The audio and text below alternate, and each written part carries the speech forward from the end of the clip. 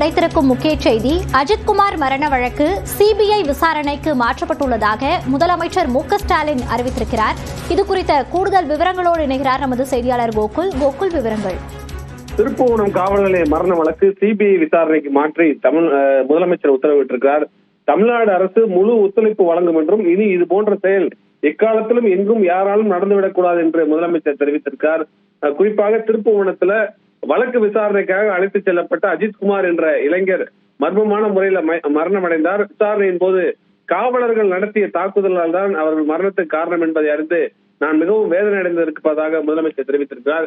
இது யாராலும் நியாயப்படுத்த முடியாத காரணம், சொல்லி தப்பிக்க முடியாத செயல் என்றும் இந்த சம்பவம் தொடர்பாக குற்றம் சாட்டப்பட்ட 6 காவலர்கள் உடனடியாக சம்பவம் நடந்த அன்றே பணியிட நீக்கம் செய்யப்பட்டதாகவும் இத்தகைய வழக்குகளில் பின்பற்ற வேண்டிய சட்ட நடைமுறைகள் படி விசாரணை மேற்கொள்ளப்பட்டு வருவதாக முதலமைச்சர் தெரிவித்திருக்கார்.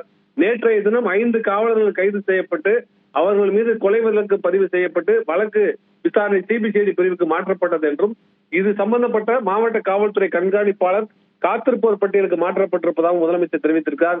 துணை கண்காணிப்பாளர் பணியிட நீக்கம் செய்யப்பட்டுள்ளார் என்றும் இப்படி சட்டப்பூர்வமான நடவடிக்கைகள் தொடர்ந்து எடுக்கப்பட்டு வருவதாகவும் துயர மரணத்தை அடைந்துள்ள அஜித்குமார் அவர்கள் குடும்பத்தினுடன் தொடர்பு கொண்டு முதலமைச்சர் நானும் பேசியிருப்பதாகவும் நடைபெற்ற துயர சம்பவத்திற்கு இந்த வருத்தத்தை அவரிடம் தெரிவித்திருப்பதாக தெரிவித்திருக்கார்.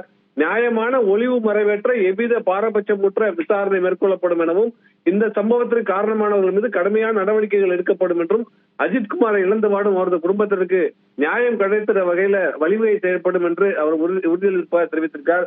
சென்னை உயர்நீதிமன்ற மதுரை கிளை இவ்வழக்கில் சிபிசிஐடி தனது விசாரணை தொடரலாம் என்று தெரிவித்துள்ளதாகவும் இருப்பினும் இந்த சம்பவத்தில் காவல்துறை சேர்ந்த 5 மீது குற்றச்சாட்டப்பட்டுள்ள நிலையில் இந்த வழக்கின் விசாரணை குறித்து எந்தவித ஐயப்பாடும் எழுப்பப்படக்கூடாது என்பதை கருத்தில் கொண்டு இந்த வழக்கை சிபிசிஐடிக்கு மாற்றிடுமாறு நான் உத்தரவிட்டிருப்பதாகவும் சிபிஐ விசாரணைக்கு முழு ஒத்துழைப்பு தமிழ்நாடு அரசு வழங்கும் என்றும் அவர் தெரிவித்திருக்கிறார்.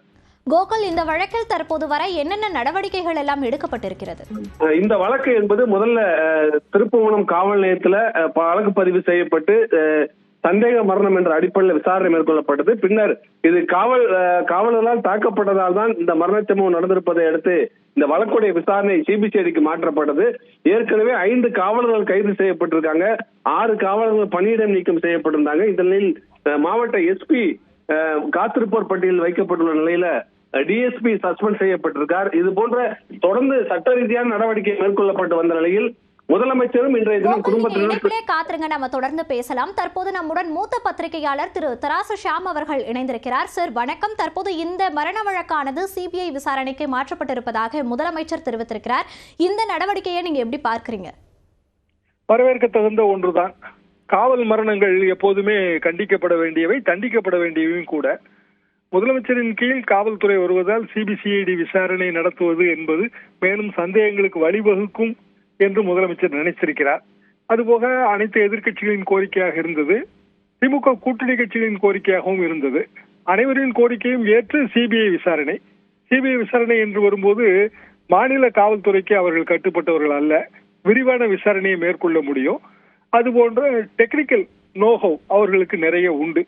எனவே இது வரவேற்க தகுந்த விஷயம்தான். இதனைக்கும் ஹைகோர்ட் சிபிஐடி விசாரணைக்குத்தான் உத்தரவு போட்டிருந்தது. இருந்தாலும் சிபிசிஐடி விசாரணையை விட சிபிஐ விசாரணை உகந்தது என்று முதலமைச்சர் கருதி இருக்கிறார்.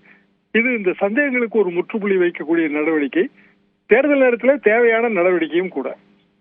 நீதிபதிகள் காவல்துறையினரை நோக்கி பல்வேறு கேள்விகளையும் முன் வச்சிருக்காங்க. இணைப்பில் வந்து தங்களது கருத்துக்களை பகிர்ந்தமைக்கு நன்றி திரு தராசு ஷாம் அவர்கள்.